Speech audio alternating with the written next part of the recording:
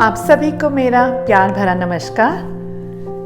गुस्सा आना human nature है, पर आई एम श्योर मेरी आज की कहानी के बाद आपका गुस्सा भी खत्म हो जाएगा। आज की कहानी मेरी सूरदास जी के ऊपर है, जो एक बहुत अच्छे कवि थे और कृष्ण जी के भजन बहुत ही सुंदर गाया करते थे।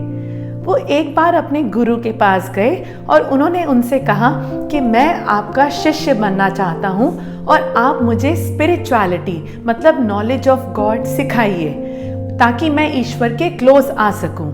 अब उनके गुरु को उनके डिफेक्ट का पता था कि इन्हें गुस्सा बहुत आता है और ये गुस्सा इनकी लर्निंग में एक बहुत बड़ी रुकावट बनेगा, तो क्यों ना इन्हें पहले प्रिपेयर किया जाए। तो गुरु ने उनको एक काम दिया।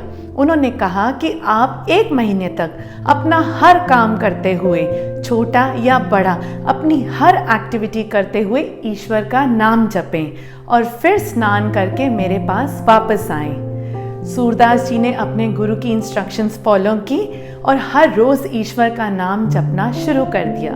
फिर महीने के अंत में उन्होंने एक पवित्र नदी में स्नान किया और नए कपड़े पहनकर गुरु के आश्रम की ओर चल पड़े।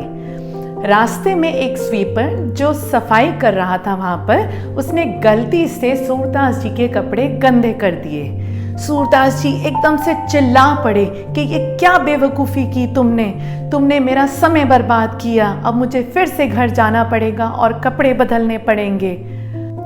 अब गुरु तो सब जानते थे।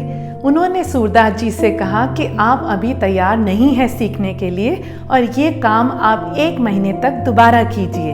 हर रोज़ रब का सिमरन कीजिए। सूरदास जी ने फिर से दोबारा रब का नाम जपना शुरू कर दिया और फिर महीने के अंत में जब वो गुरु के आश्रम जाने लगे, उसी स्वीपर ने दोबारा से गलती से उनके कपड़े गंदे कर दिए और फिर सूरदास जी पहले की तरह भड़क पड़े।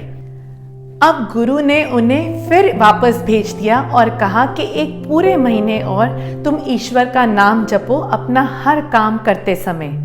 अब 3रे महीने के अंत में जब सूरदास जी आश्रम जाने लगे तो उसी स्वीपर को याद आ गया कि यह वही आदमी है जिसने मेरे ऊपर बहुत चिल्लाया था और बहुत गुस्सा किया था। अब इस बार कुछ अजीब ही हुआ। उसने जानकर सारा कूड़ा उन पर फेंक दिया, यह जानते हुए कि उन्होंने नए कपड़े पहन रखे हैं। बट इस बार तो कुछ नया ही हुआ। सूरदास जी ने अपने दोनों हाथ जोड़े और उन्हें शुक्रिया कहा। उन्होंने कहा कि तुम ही मेरे मास्टर हो और तुम्हारी वजह से ही आज मैं अपने गुस्से पर काबू पा सका हूँ। यह सुनकर स्वीपर का सर शर्म के मारे झुक गया। अब जब इस बार सूरदास जी गुरु के आश्रम पहुंचे तो गुरु उनका वेट कर रहे थे। गुरु बहुत खुश हुए और उन्होंने सूरदास जी को शाबाशी दी, जैसे माँ एक बच्चे को शाबाशी देती है उसकी अचीवमेंट पर। उन्होंने उन्हें गले लगाया और अपने शिष्य के रूप में स्वीकार किया। अब यहाँ पर 2 बातें कहूँगी मैं।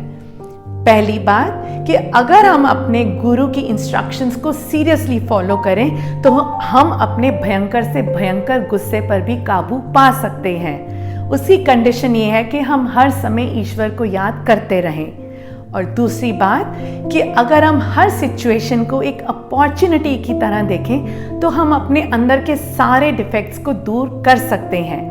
But it's only possible when we chant God's name with pure heart and full devotion. Keep watching my videos for more such stories and do subscribe my channel.